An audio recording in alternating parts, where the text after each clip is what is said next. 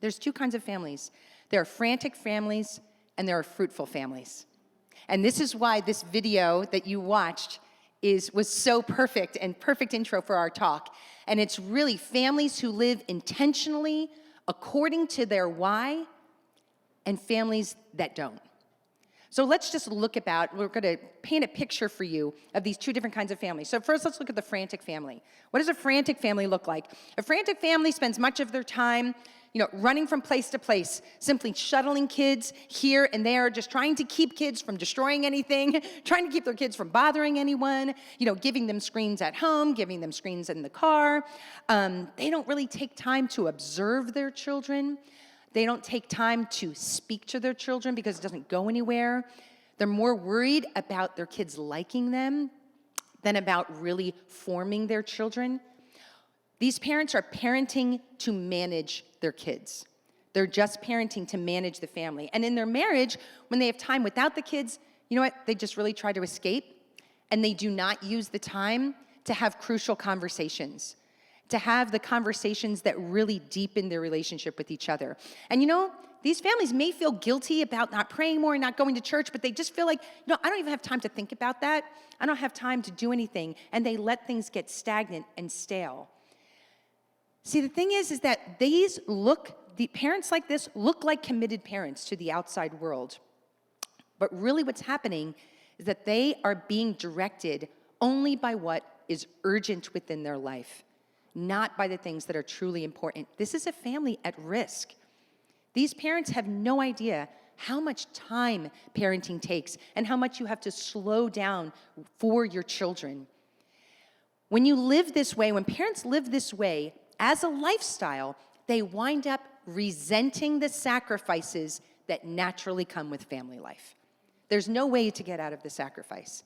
But when you're a frantic family, you resent those sacrifices. Now, some of you may be thinking, well, I'm kind of like that sometimes, because I know we are, right? And so yes, all of us fall. It's not like you're one way forever, right? No, we can all fall into that trap of getting caught up in that frantic lifestyle, but we can't make it a lifestyle. You have to always go back to your true north and begin to start living more intentionally. And those that live for fruitfulness, right, are those who are okay with missing out and not having everything together. They live with great intentionality, their deeper why.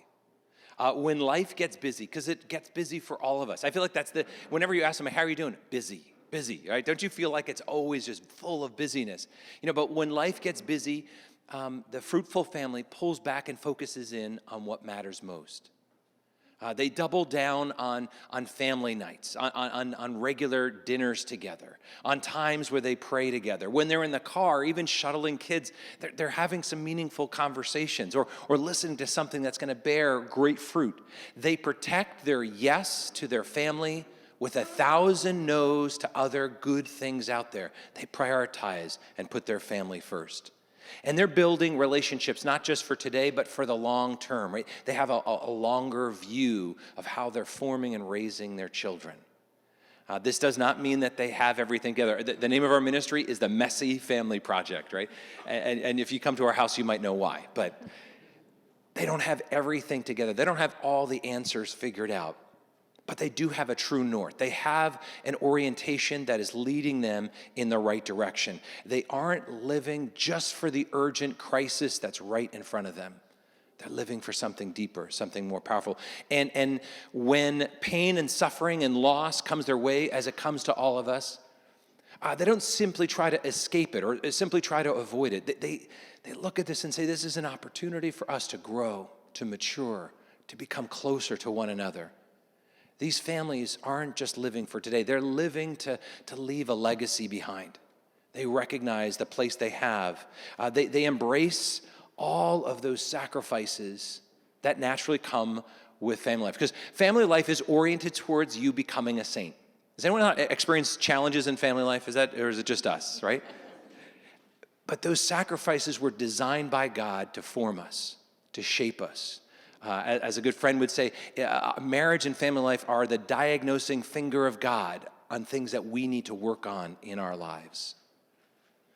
So how do we become a fruitful family? How do we become the parents and even the grandparents that leave that lasting legacy of faith and hope for our future, right?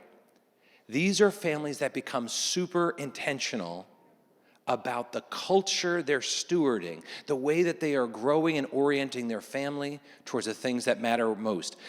We believe that family culture is the secret weapon, if you will, that families, Catholic families, need to embrace in order to inoculate our kids and our grandkids against the pervasive secular culture and the toxic culture of our world. So family culture. Anyone ever go to a Chick-fil-A?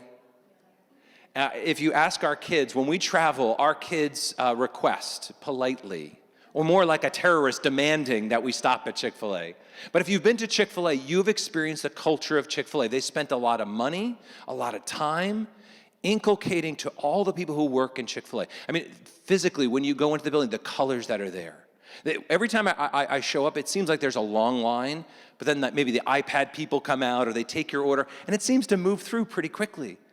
And then, no matter what you say at the end of your order, they have to say, does anyone know? What do they say? My pleasure. But the kind of music that they play, right? They play Christian music at Chick-fil-A. They're closed on Sunday. What if we spent our time and energy as parents and grandparents creating a culture with this level of potency, and not just to pass on good food as good service and so forth, but really the deeply held beliefs and values? What if it passed on the richness of our faith and the trueness of what it means to really be human? So this is our definition of family culture. Family culture is an unwritten system, an operating system in our home that binds your family together and confers identity, belonging, and purpose on its members.